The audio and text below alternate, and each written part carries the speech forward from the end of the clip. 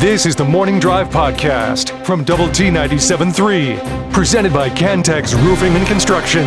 I'm Mike Hebert, owner of Cantex Roofing and Construction. Every day is game day, and we'll get it right when it comes to your roofing, construction, windows, and mirrors. Call Cantex Roofing and Construction today. Together, we are one serving you. So after the game last night, when we got home, I was doing a little Lady Raider homework. I'd already done quite a bit, but I came up with my magic number for tonight, okay? Because to be quite honest with you, It's one, right? No. One more point. No. One more point. No, it's a little more. Is it like 45, like shooting percentage? Because really that's been the problem. Well, it's the sure. shooting percentage, right? Absolutely. But I came up with a winning game plan, okay? Okay. I'm really concerned about tonight's game because you're gonna face a score that maybe you haven't faced like before. Utah comes in averaging 72 points a ball game, and that's sizable for a women's basketball team. Yeah. To average that, right? Mm-hmm. And their opponents though average 66, so maybe they're a little leaky. Okay. Yeah. Okay. Maybe that's what exactly what your offense needs. Yeah. Right. So here's if I were. Not to say that I could ever be in this position, but just if you were saying, okay, what do you think tonight, Chuck? I would say win or die by the 3 tonight, because Utah averages 8.7, so round it up to 9. They average 9 threes a game, okay? But their opponents average 7 threes a game, okay? Okay. So for me, the number is +3 and -4. Okay? +3. So -1 is the number. Well, I'm not adding those two together to get -1. +3. So I think if the Lady Raiders get 3 more than they average, okay, which is they average about 6, so they average, get 3 more threes, that's another 18 points. You get your usual 14 twos, you get your usual 13 free throws. That gives you 68 points. Usually you got to have 70 to win. But for Utah, if you take away 4 threes from them, that takes away 12 points. You give them their usual 17 twos, that's 34. 5 threes, that's 15. And their usual 11 free throws, that's 60. So it gives you some wiggle room there. So my thought tonight is just let it fly. Just take the ball across the half-court line, find somebody that's open, boom. And then potentially you could get some long rebounds out of that, because one thing that Utah does really, really well is they rebound the basketball. They out-rebound their opponents by 9. Okay? So sometimes you live and die by the 3. Tonight, I think you win and die by the 3. But I could be completely...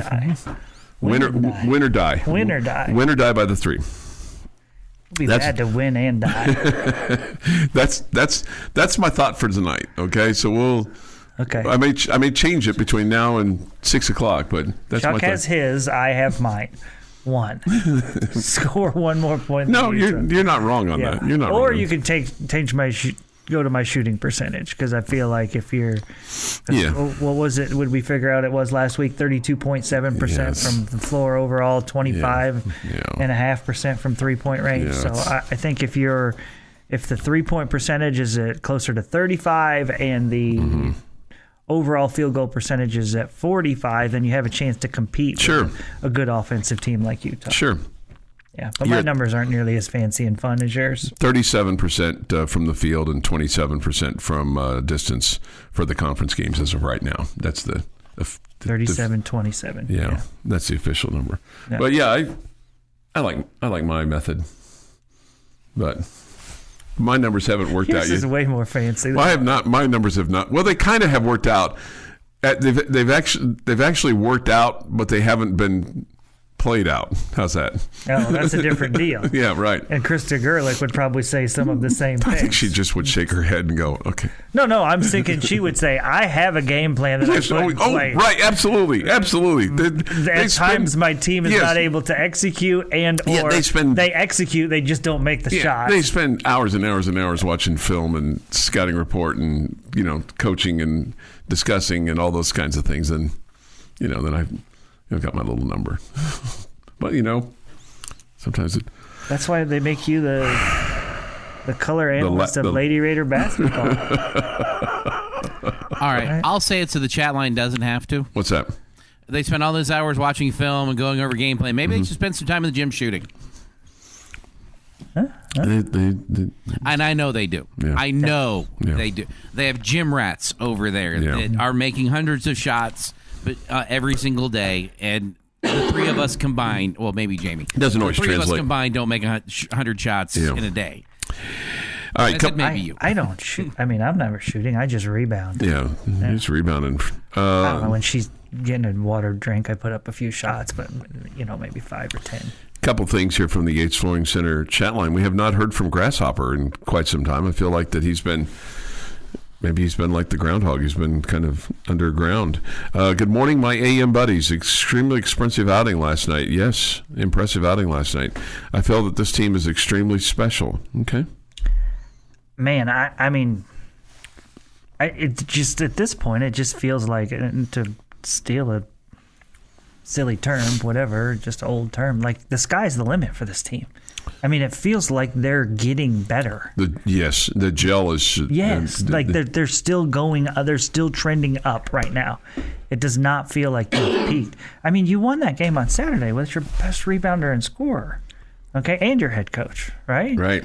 You continue to have what we talked about earlier. It's like, it seems like every game we got a nick or something to a key guy, right? You're just getting Kerwin Walton back to being able to have confidence and be a factor for you again, right? So it feels like this team is not peaked by any stretch of the imagination, in my opinion, that they could still be even better than they are right now. And right now they're playing at an extremely high level. Mm-hmm. You look at it, last night you scored 39 points in the second half and you got none points from JT Toppin. All 8 of his points were in the first half last night. Yeah. And he played about 7 minutes in the second half. This with regard to the noise from Dan in Dallas. He said on TV, one of the announcers said to his partner, "I know you said something profound, but I couldn't hear it."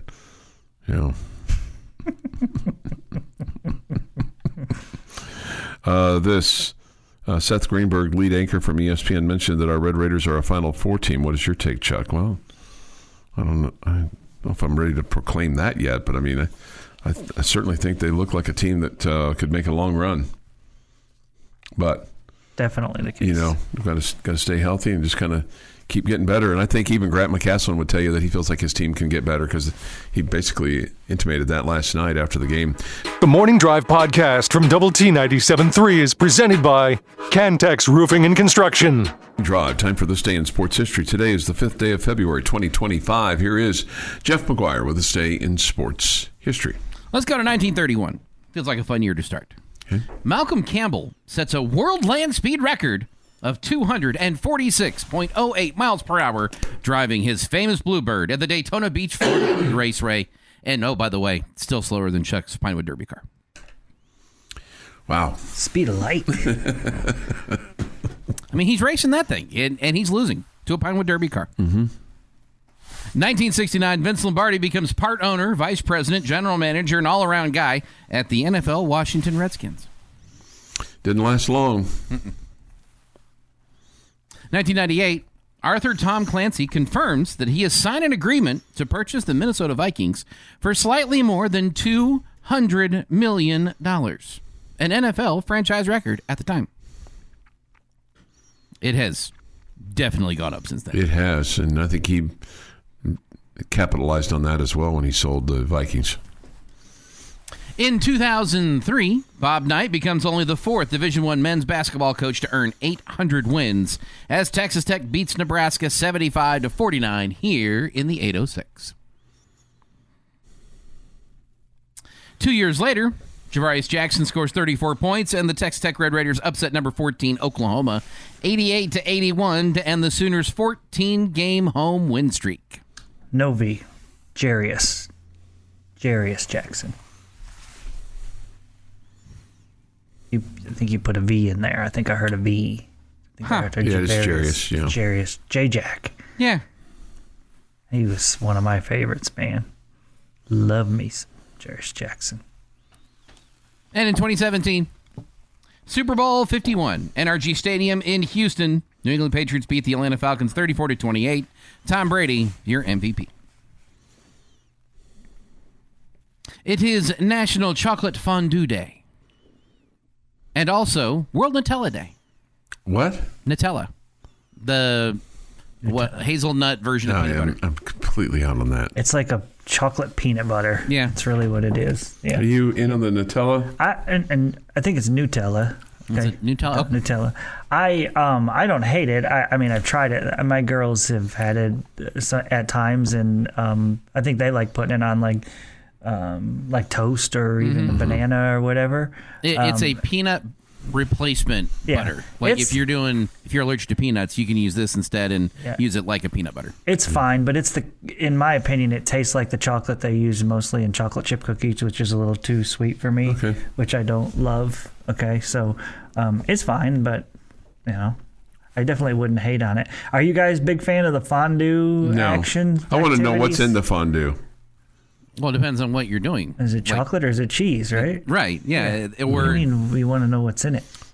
It's chocolate or it's cheese, right? I'm kind of out on them. I'm out on the fondue. That doesn't sound very much like me.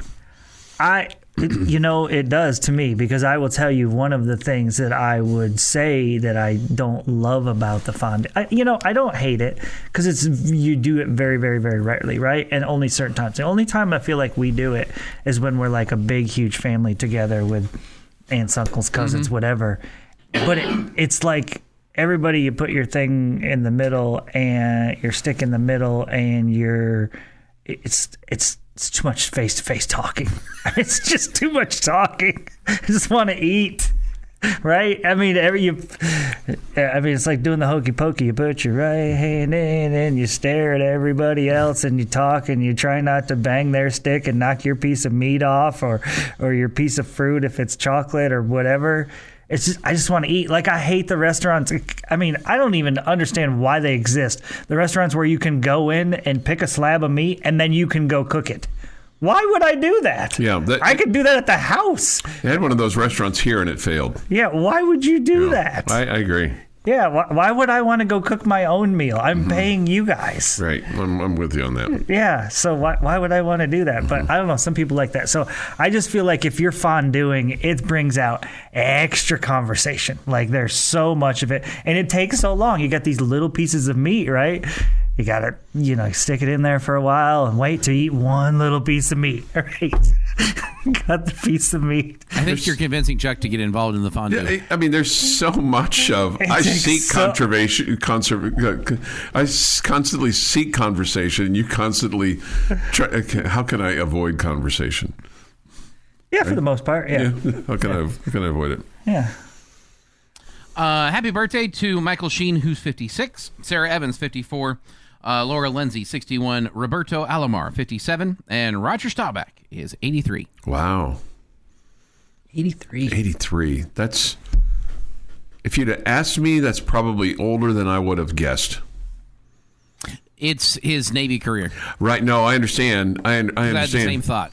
Yeah. And then I was like, oh, yeah, I have to add, 3 years of service or 4 years of service. Sure. And he didn't play that long because he had some concussion issues as well, in addition to just players didn't last as long as they do today. Plus, he had to go get started on his real estate career. I mean, he is like one of the most successful businessmen as an NFL former player that there's been. Well, I imagine cool. Good for him. In Dallas, he doesn't have to buy a cup of coffee often. No, but I mean... or a meal, or a drink, or, clothes, car, house. I mean, he's earned it. He's still a gold standard. I mean, and good for him. I mean, in this day and age when it doesn't take much to sully your name. I mean, he has done a very good job of keeping. Yeah, and I'm sure Roger Staubach. Yeah, and I'm sure there's some people that good a dude as there is. Yeah, right there. Yeah. At least that's what it. That's I've never met him. Yeah, that's the perception. Yeah, I'm sure there's some people that would say, well, it didn't quite work out for me. But I mean, by and large, he's not created any controversy. This statement here from Syntex Hank, I think I'm going to disagree with. Okay, He says this: after last night, I am slowly becoming more of a true believer, but it's hard to overcome decades of disappointment and hopes unrealized. I think if you were you're going to have to help me with those of you that go back before 1990. So I'm going to go back over the last 30 years. I feel like I've been more disappointed over the years in how your football seasons have ended versus how your basketball seasons have ended. Just because I feel like that there's been times when you've gotten a lot out of your basketball teams and may not have, you've only gotten to one Final Four and one national championship game. But I feel like compared to football that you've not had these decades of heartache. It just depends on what you call heartache. I would say the biggest heartache you've ever had as a Tech basketball fan is the national championship game. No question. And that was not a bad season, right? Right, yeah, no question. But I'm just saying, I just feel like that when he says hopes unrealized, I feel like that It just kind of depends what your hopes were. Yeah, sure. Were your hopes that you were going to have a really good team and be an NCAA tournament team and finish in the top 5 of the Big 12 and all that? If those were your hopes, then it doesn't feel like you've been let down very many times in the last 15, 20 years. If your hopes was that you were going to win a national championship, okay, then your hopes were not realized ever. I just feel like with all the 7 and 5s that you've had, 6 and 6s, and go to the bowl games and. I would agree with you in that feels like that there have been more disappointments on the football side than the basketball side. Yeah. Now, if you want to say, because I feel like if you throw baseball in there, while you certainly had disappointment, man, you've had a ton of success with your baseball seasons versus your basketball and your football seasons. Probably fair. And again, I know you've had your disappointments and your heartaches and you come close and things like that, but I feel like at the end of the day, you've moved the needle more with that program than you have with basketball or football.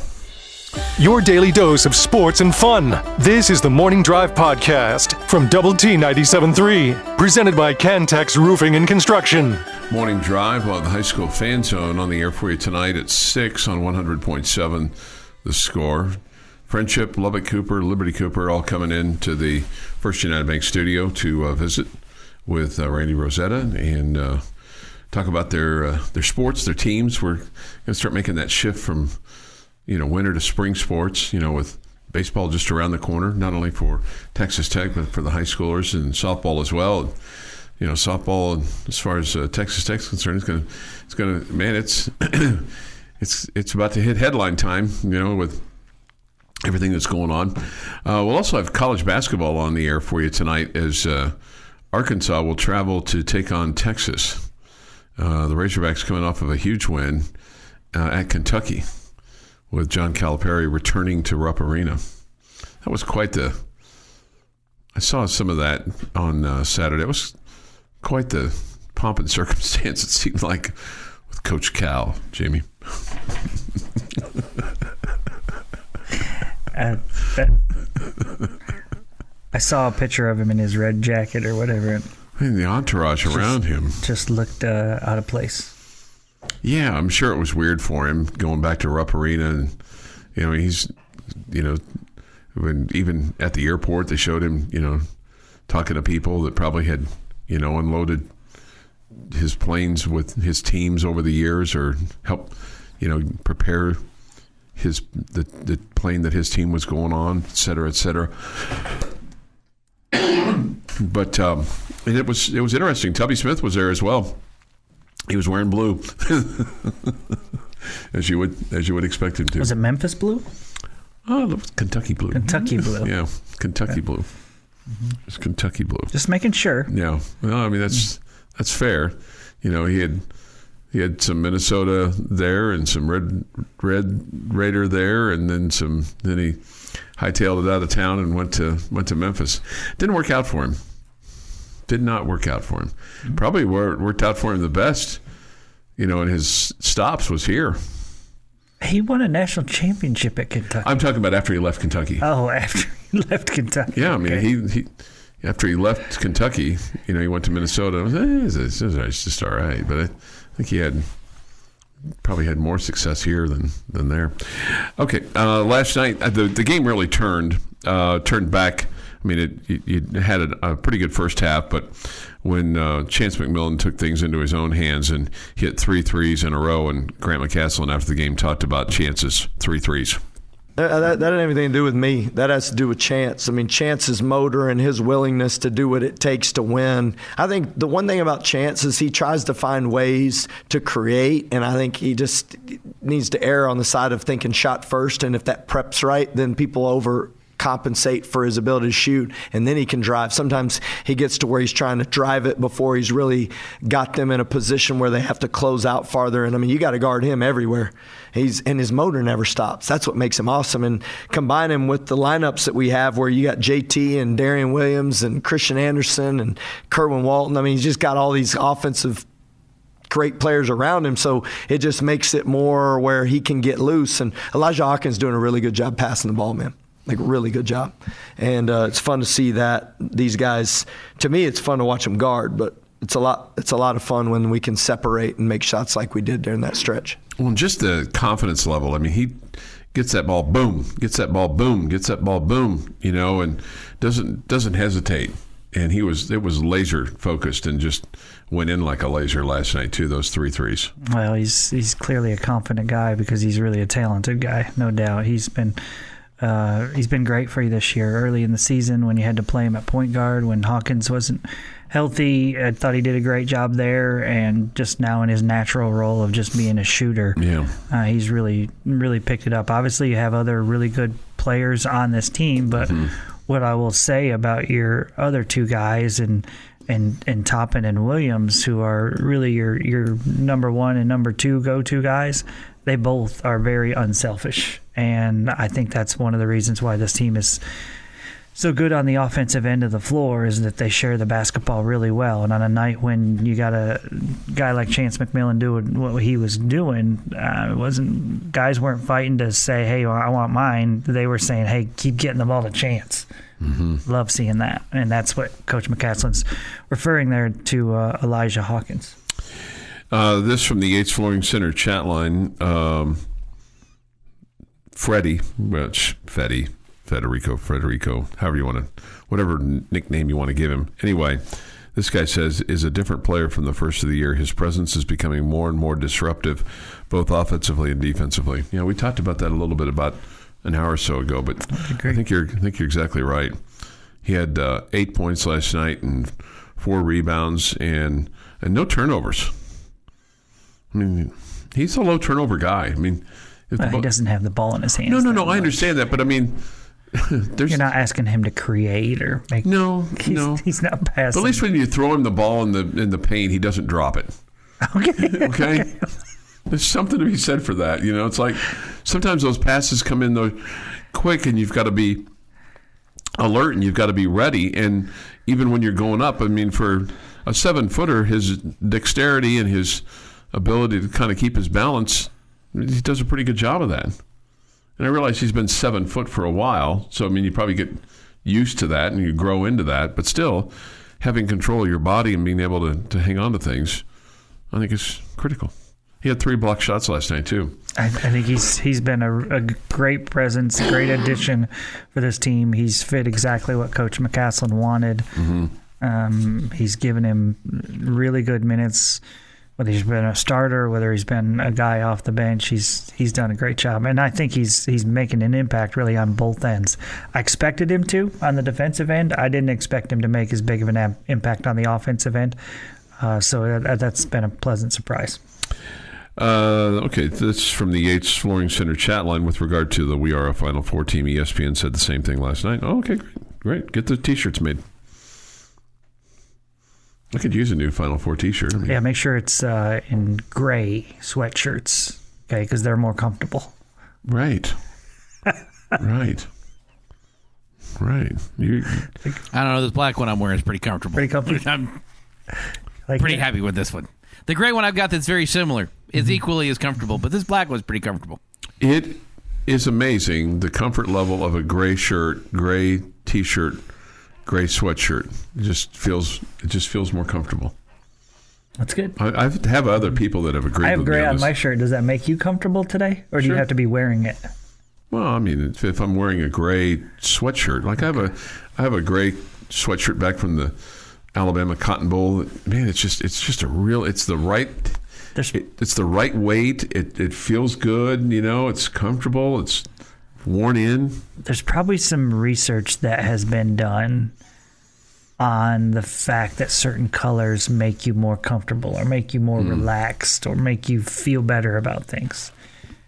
And maybe for every person, that's a little bit different. Yeah. It sounds like for Chuck, gray is what makes him comfortable. Yeah, a gray sweatshirt. Gray sweatshirt. Yeah. Not gray tech uniforms. That doesn't make you comfortable. No, I don't particularly care for them. I like the gray sweatshirt, though. Gray T-shirt. So you didn't like the Mahomes uniforms? It was okay. It was all right. It's a different color gray. Like that prison gray color, like we used to have at the old place. Prison gray walls. I think we need pep it up a little bit. You know what we need? We've got Grammar Girl and other people that kind of help us out with things. We need an unofficial shrink of the morning drive. So any of those of you out there? I think we need an official shrink of the morning drive. Any of you that are out there that do that for a living, that listen to people and help people understand why they are who they are, we could use a little bit of that. So you can tell us. Is that for Jeff and I? Or all three of us. Why people do what they do and how they get to be the way they are. I can explain myself. I got a lot of answers. Joey McGuire joins us at 8:15 this morning. Jamie's question of the day is next. Boom Boom Boom's at 7:45. That's all here this morning on Lubbock Sports Station Double T 97.3. The Morning Drive podcast from Double T 97.3 is presented by Cantex Roofing and Construction. Jamie's question of the day on Double T 97.3 is brought to you by Connecticut of West Texas. Ha! Chuck Heinz, I'm going to fool you. Not so fast, my friend. We are not waiting until 8 o'clock. Yeah, I figured you would do that at 7:25, 30-ish, which is good. 7:25, 30-ish. It's 7:32. Here we go. 7:32. All right, guys. I'm sure you've taken a quick peek or 12 at the schedule that was put out yesterday by the Big 12 Conference, and specifically your Red Raiders. I want you today to give me, I'm going to go 2 things that you like about the Red Raider schedule and 2 things you do not like. That's a total of 4. Okay. It's an awful lot to ask. 2 things you like, 2 things you don't like. Okay. Well, I got my wish. I love the fact that your bye week is on the 27th of September. All right, there's one. I also love the fact that you're playing away from home the Saturday after Thanksgiving. Okay? There's 2 likes. There's 2. Dislike is I wish the K-State game was further up in the schedule. Like, I wish it was like the first Big 12 game that you would play. Instead, it's in November. And then the other thing that I dislike the bye week being so late in November. Again, this is 2 years in a row where the bye week is before your last game of the football season. I feel like that doesn't really help you a whole lot. All right, Jeff. Okay, so my likes way outweigh the things that I don't like, if that makes sense. I am much more happier with the likes that we got than I am disappointed in the things that we didn't get. I like Utah early and Arizona State late. I like those. That's weather-wise. I'm a big, huge fan. Play North cold early. Play South hot late. Let's follow the weather pattern a little bit. Makes a lot of sense to me. Big, huge fan. Second thing, the 2 not likes. I don't like how late your Big 12 home opener is. And that's just the way the schedule fell. I don't know which game I would flip to move it earlier, but it's just like it feels really late to have your Big 12 home opener. On October 11th. Yeah, I mean... But you would already have played 3 home games. Yeah. Right. It just feels late for that particular... Again, way more like these likes than I dislike the dislikes. And I don't like that Oklahoma State isn't your last game. And that's not a permanent scheduled thing. Okay. Either home and away. I don't like that. Okay. I despise 7 straight weeks without a bye week. I despise a bye week before the last game of the season. So you're in agreement with me on that? Yeah. I mean, I almost feel like it's like, oh, you want a bye week? Yeah. We're not going to give it to you after week 3 or 4 or 5 or 6 of playing straight. We're going to give it to you after the 7th one. And guess, what? You just have one game afterwards? Oh, well. And that's about as bad as you can do it. If you were like, I want to live in a world where I want to put my bye week where I want to put it, that's about the worst spot. Okay. Would you have put it after Oregon State? No, I would have made it. Well, possibly, but that would have been okay. But one before Big 12 play and then one in the middle of it? Ideal is like 3 games, bye week. 4 games, bye week. 3 games, bye week. Play your final 3. Something like that. I don't even know if my numbers were right there. But, okay, so I do not like those 2 things. I also like that you do not play at home the day after Thanksgiving or 2 days after Thanksgiving. I am a fan of that. I also like that you are getting Utah out of the way early. Don't necessarily want to go there when it's cold. So that would be one thing that I like. I don't hate it being the first Big 12 game either. Okay. What was your second like? That you don't... that you don't play after the Saturday after Thanksgiving. Mm-hmm. Gotcha. Let's see here. I think TCU's schedule may be even worse because they have a 7-game stretch too, right? They have a 7 games in a row without a bye week stretch. Mm-hmm. Their first bye comes after the first game of the season. They play on a Monday night, so they didn't want to play again on Saturday. So they play the Monday after the first weekend, right? Okay. And then they have a bye after that. And then they start a stretch of 7 consecutive games before they get a bye. I think theirs is worse than ours. Oh, yeah, I hadn't really gone through the matrix of everybody's schedule yet to determine. Well, we're the only 2 teams that have to play 7 consecutive weeks. Okay. Seems like the commission. That's not true. Houston also does. Well, okay. Houston has one too. Yeah. Okay, well, does it it's like somebody says, tough schedule. It is a tough schedule. Yeah, I think on paper, just looking at it and then, where the bye is and all the byes are and all that kind of stuff, I feel like it's more difficult than last year's, definitely. Yeah, no, without question. You start off with Arkansas, Pine Bluff, Kent State, Oregon State, and then you play at Utah, bye week, at Houston, host Kansas, and then at Arizona State. So 3 of your first 4 Big 12 games are on the road. That's a little dicey.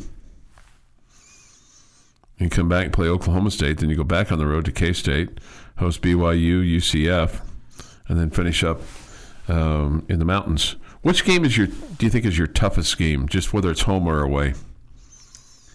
Toughest game? Man,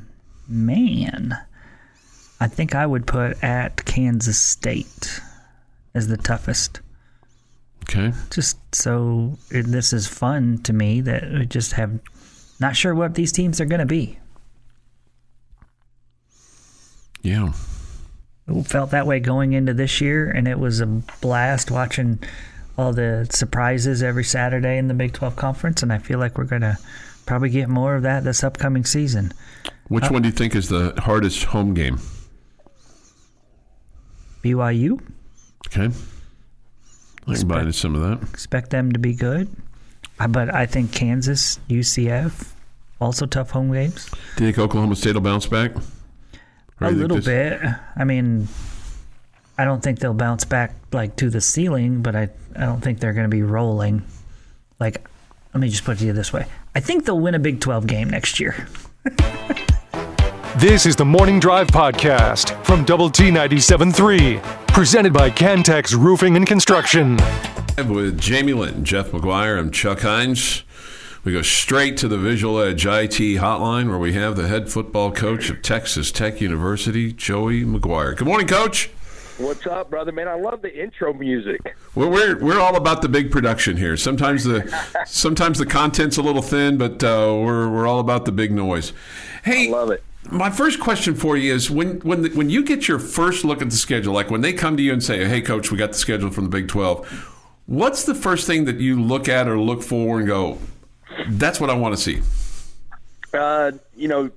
Like this year we had to play back-to-back road games, and so we do have a back-to-back road, but we have a bye in there between Utah and Houston. So I usually look back-to-back road games, and then the second being, in the state of Texas. And I know we get a little weather up here in Lubbock, but I always look, okay, what game possibly has a chance to be a really cold game, and how do I prepare the team for that? So that last game, West Virginia, is going to be a good chance. I mean, I hope it's snowing and that stadium's packed, and we're playing for a meaningful game in late November. Coach, when you just look at the schedule quickly, I mean, what do you like and what do you don't like? I'm glad we got Utah early. We're both going to be putting in a new offense, so that's who's going to be prepared the best for that game. I'll tell you, a really tough stretch or a really tough back-to-back game is we go to Manhattan, Kansas, and then BYU comes here.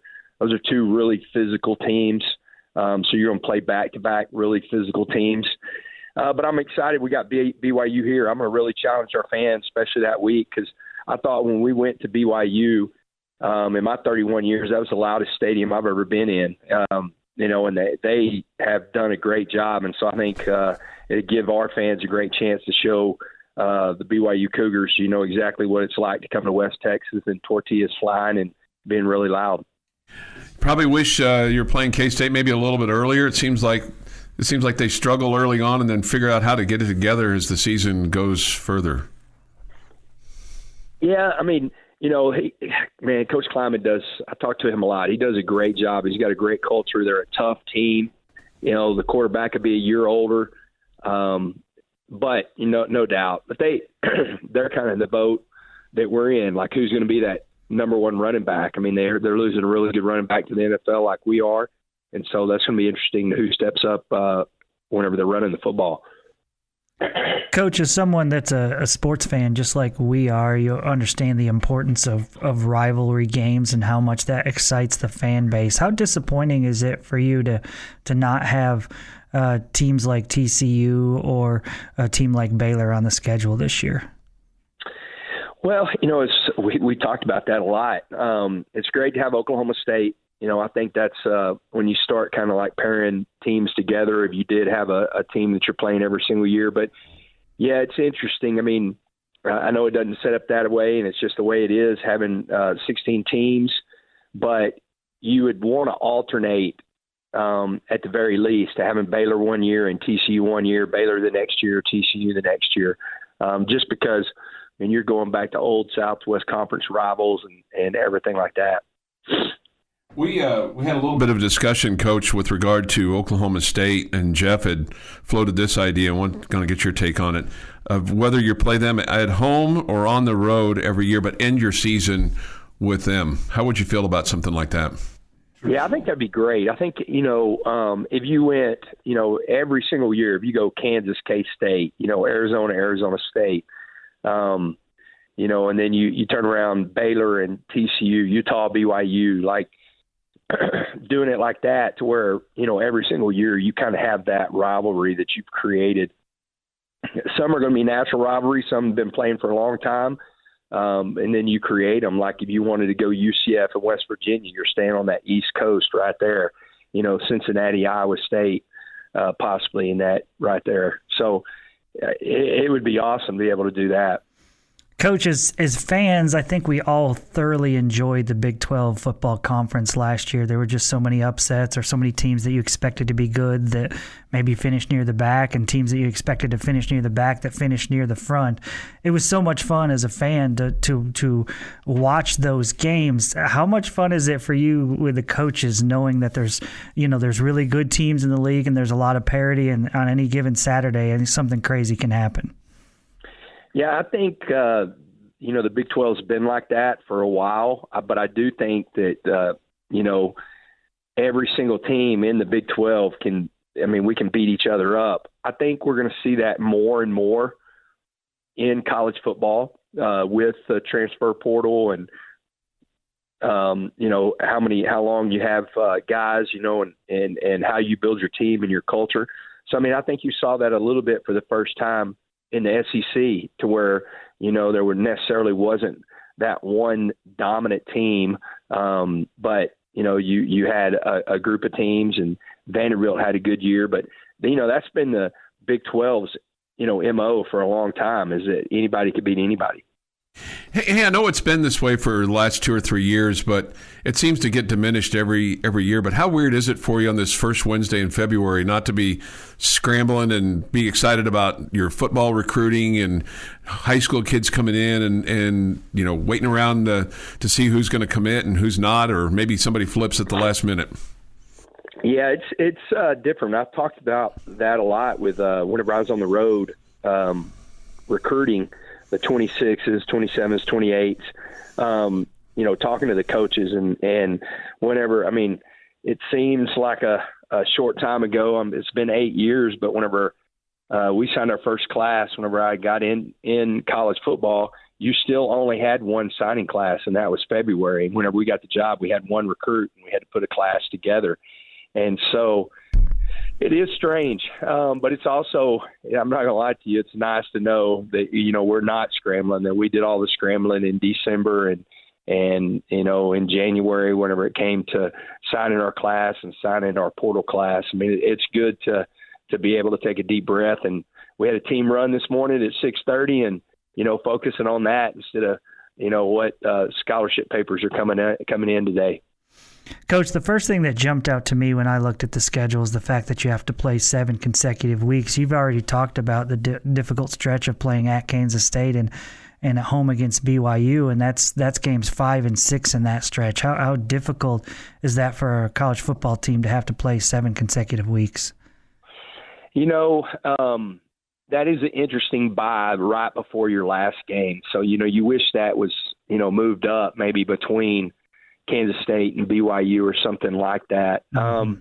It's going to be interesting. We do feel like that our depth is going to be one of the strengths of this team overall, all the way across the board in every position. So I think that's going to help. And then it's interesting, like perfect example. If I could have a do-over this year, we're 5-1. We have all the momentum. And we get a bye right after the Arizona game. I wish we didn't. I wish we'd have played that very next week. Even though we've played well out of byes, we did not play well out of a bye this year. And, we didn't need the bye. We weren't beat up, after the 6 games. And so, it's kind of one of those deals. It's every year. The year before, we needed the bye really bad. And it was a late bye whenever you look at it. And so the good thing about the schedule the last 2 years, at least we're going to get 2 byes. So after 4 games, and Utah is very, very physical. After 4 games, at least we're going to get a break there, and then we can regroup for the stretch and of those 7 games. All right, Coach, finally, what's the one thing you're most excited about this coming season? Offensive line. That comes in the depth. I really think it's going to be for the first time that we've been here that we're going to have real depth. We're going to have some really special players. And so, whenever people see Howard Sampson, he's 6'8", 353 pounds right now. And I'm sitting there looking around this morning in the run, and he's in the front. He's running great, but he's just such a huge man. And then Jacob Ponton, to give you an idea where he's at, he started at left tackle against Arkansas, and he started about 287. Right now he's 305. And so I think that's what I'm excited about. I'm excited about the offensive line depth, and we finally got some guys in there that we're going to be able to go beat some people up whenever it comes to offensive football.